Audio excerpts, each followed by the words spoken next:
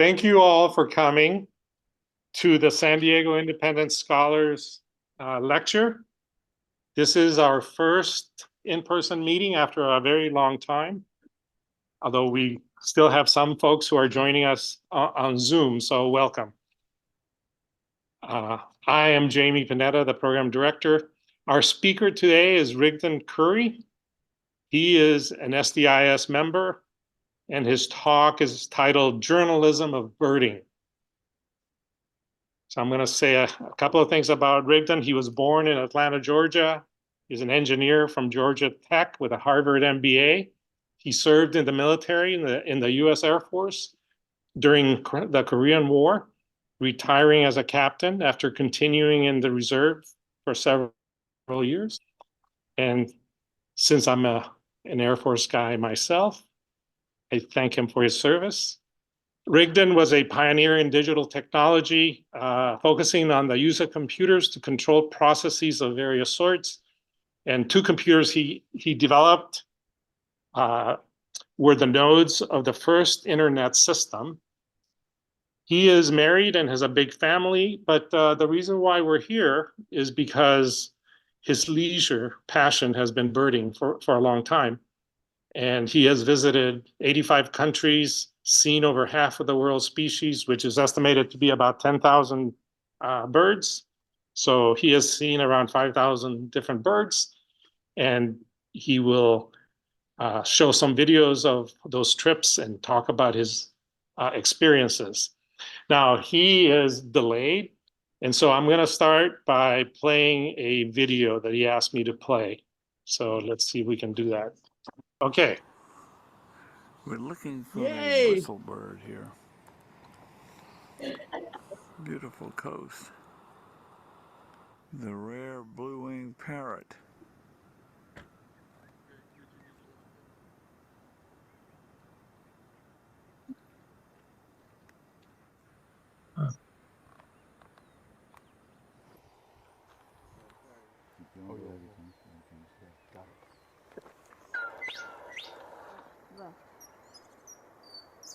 He was all fluffed up. Okay. Young bird mine? I don't know. Just leave me alone. I think The beach cleanup crew here, including the pup. There's at least one island with a lighthouse or something on it. Yeah. Pacific gull there.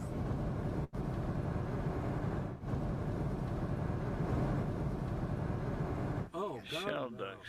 Yeah, beautiful. Yeah. Rusty. There's a green shank.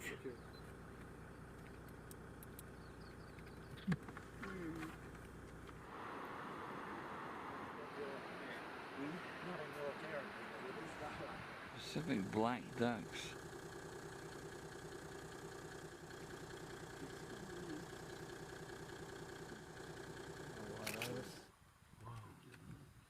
Sticking his head. Very feathers fluffed out of it. White-headed chat there. Give up on this bird.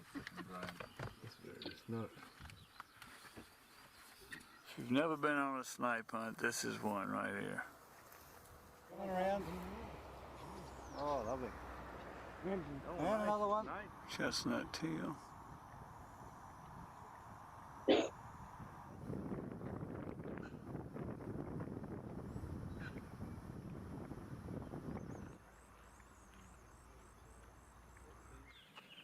Gray shrike thrush. Doesn't flycatcher. There are 3 species of eucalyptus in this forest.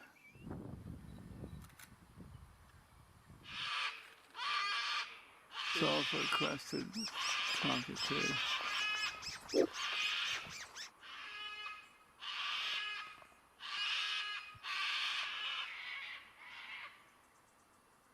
Here's Ted getting a photo of his next to last family, the white-winged chough. White-winged chough on nest. The white-winged chough. What kind are these? Maybe they don't know there's a plain wanderer's cabin. Probably not.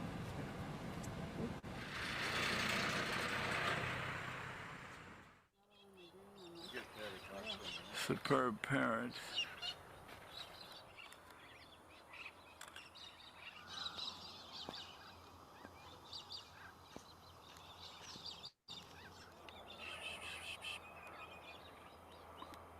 There's yellow rump thornbill to the left. Yellow rump, yeah. Oh, yeah, I see.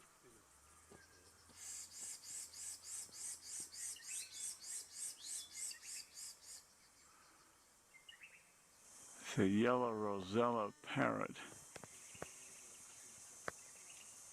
There's an emu over there. Yeah. Coming out. Yeah. Alright, come back the other way. There you go.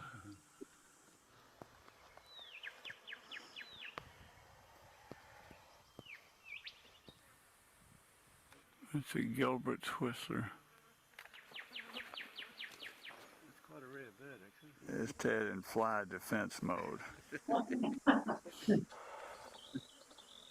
White-browed wood swallows. Remember Flyface and Dick Tracy? Yeah. you could qualify Go eat 'em.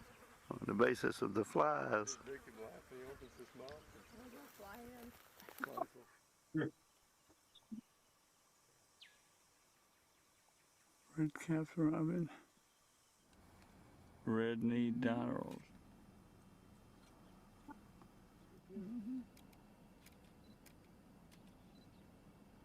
They were at the Deniliquin Cemetery going back to the mid-1800s, but we're not here to see the gravestones. We're here to see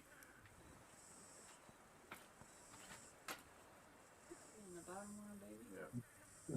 Because they look a little darker. two adults, one baby, two babies.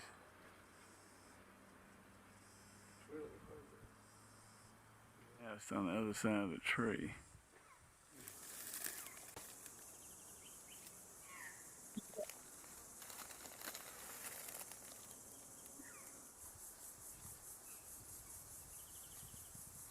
Cicada shells. So Ted, where are we headed? North to the home What of Ted? the Plains Wanderer. Plains Wanderer. What's so important about the Plains Wanderer?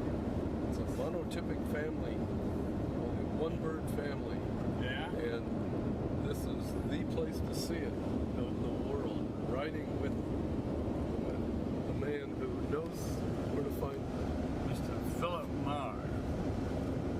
And Ted, Yes, sir. why is this bird important?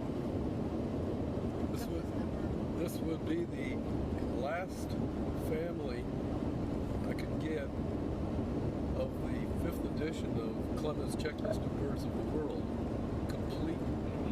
All 204 families Wow. that I've been working on since I started foreign birding in about 1971. Wow. Well, let's hope we get it.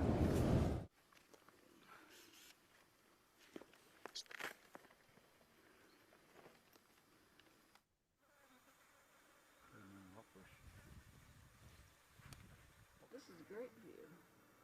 Nothing in the way.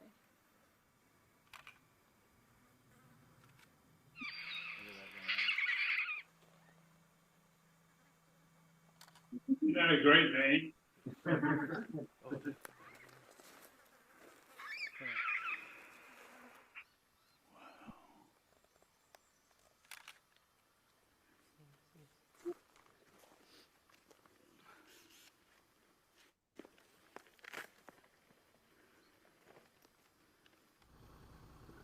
Yeah, there's one pair just near where the first tracks walk.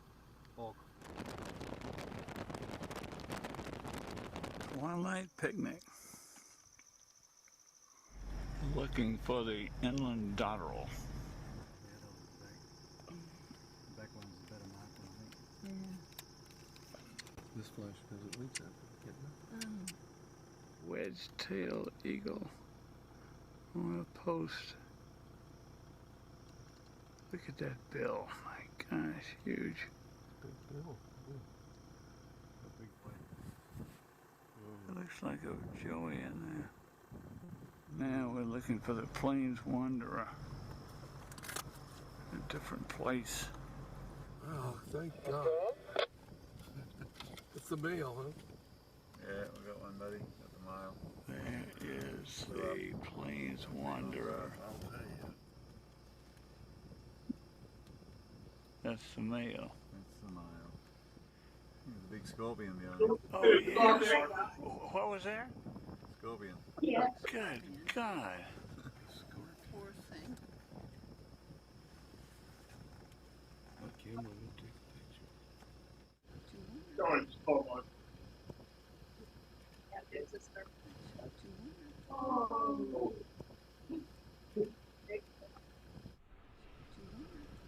No, no, what you gonna run Yellow feet. Yeah. And one of the things that's different about him from button quail is he has a hind toe. That's correct, yeah. What's going on in this world, huh? Long bill. Gorilla.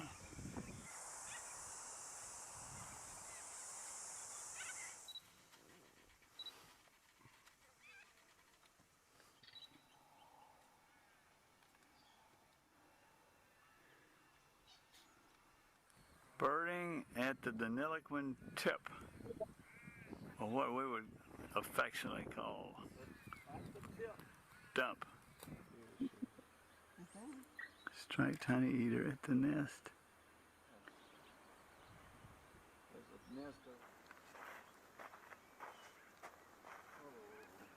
Honey eater is in the nest.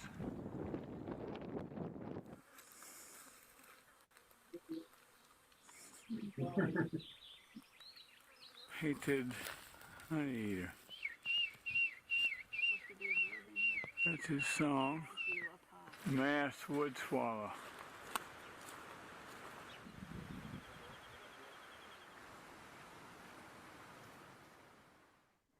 There's a wallaby up there. Look at him.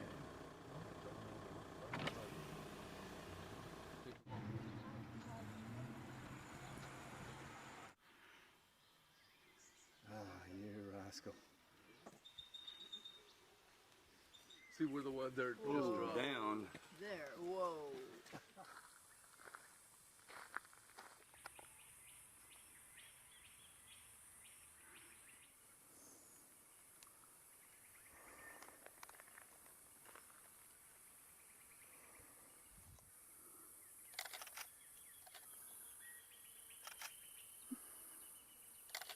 It's feathery at the end. Run for the car.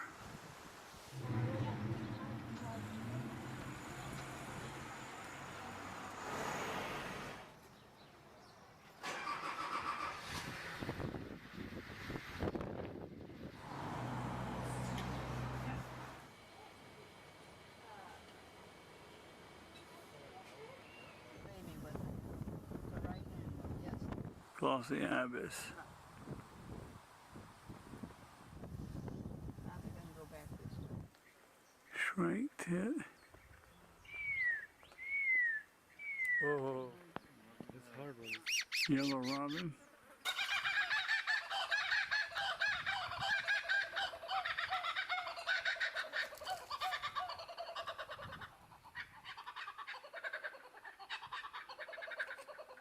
Wonderful bird.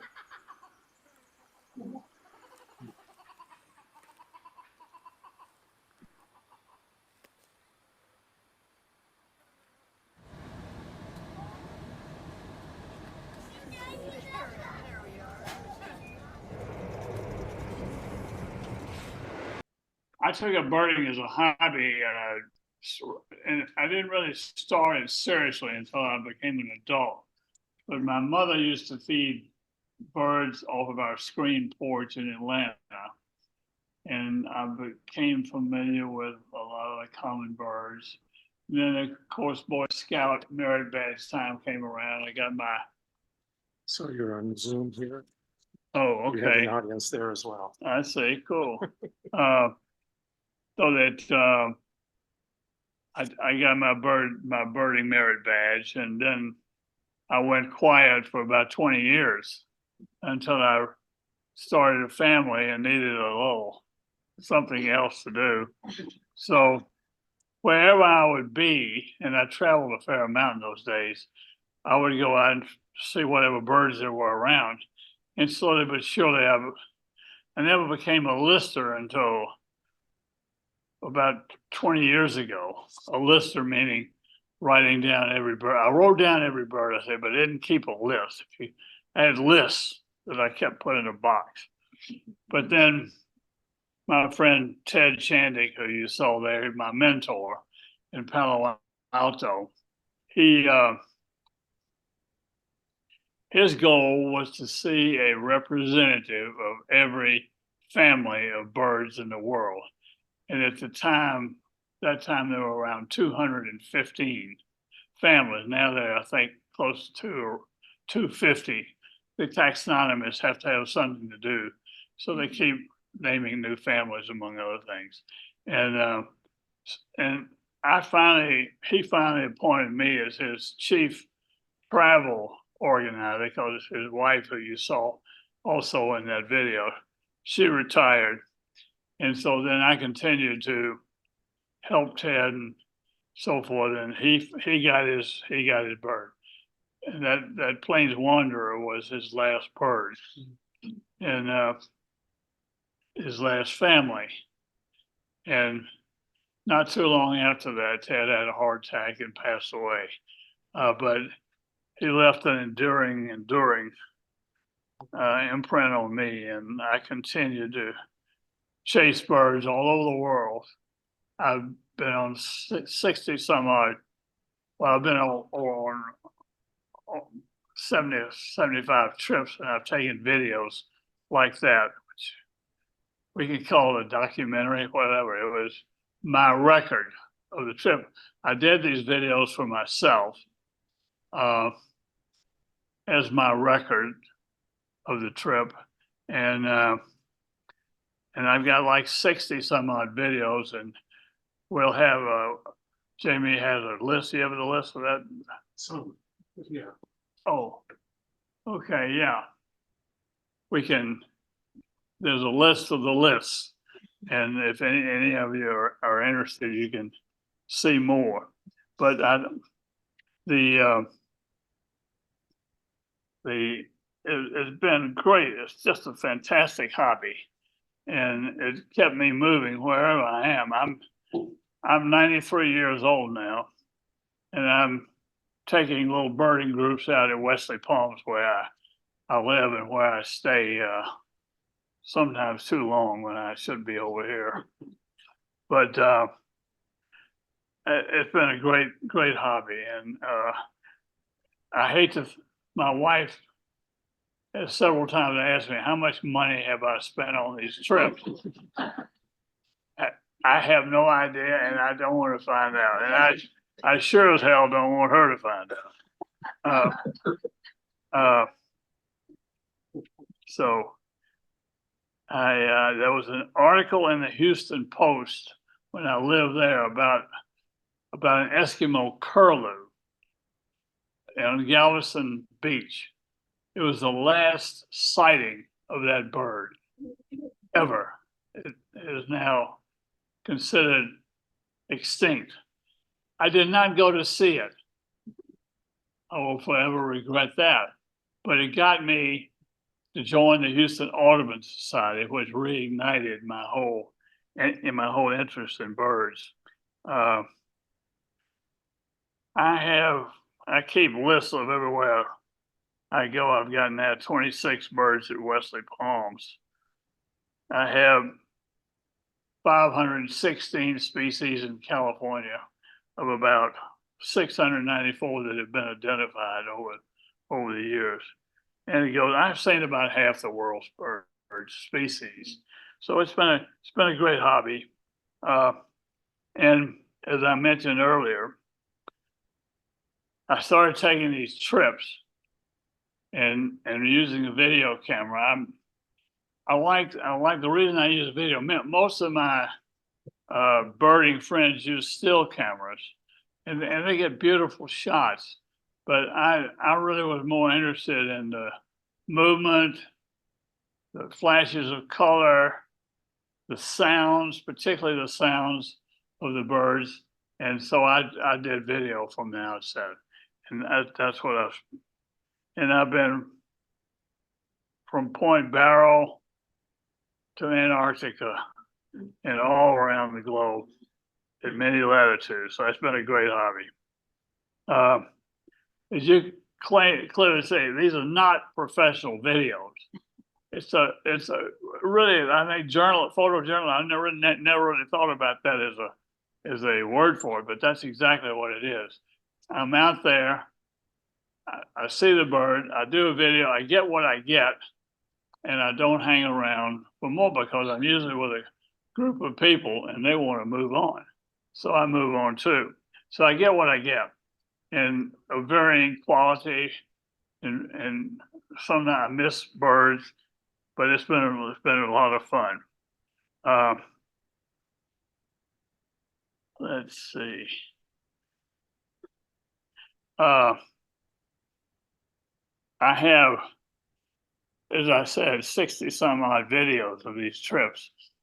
You can watch them at home. They're on YouTube.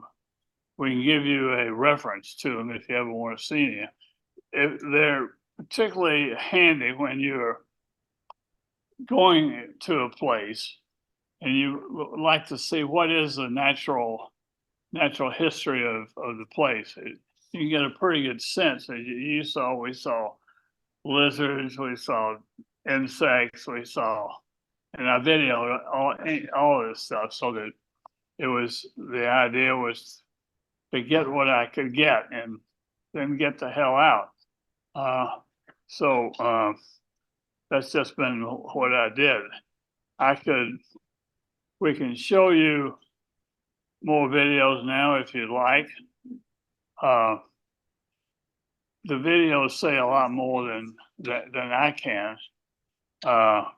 Or we can give you a reference to them and you can see them at home in your own living rooms from YouTube. Maybe there are questions. Questions, please. Yes, ma'am. Do you have a favorite place you birded?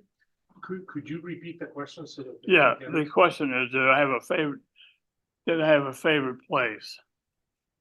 Australia is hard to beat.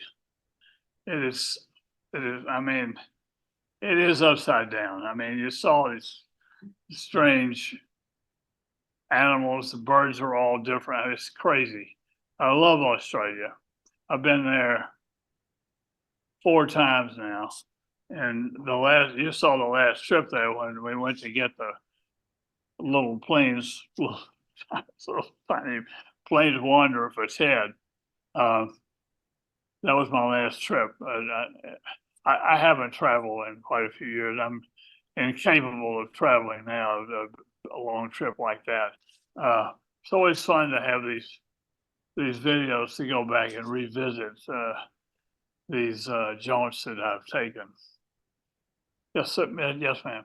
So when you're in Australia, you're a long way from any place where we see birds. So the birds are any of the birds that we see here, because birds here that go down to the Central America and even down to South America. But when you're in Australia, is it really a whole different set of birds?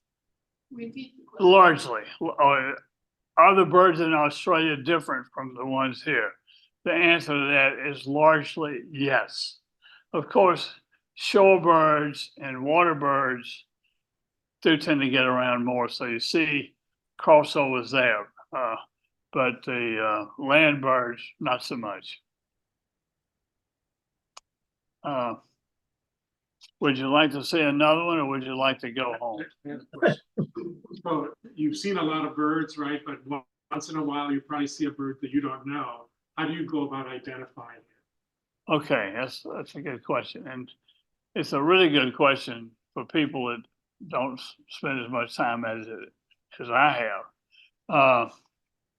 I try to note the more startling characteristics like color, and where the colors are is very important. And whether they're on the wings, on the tail, under the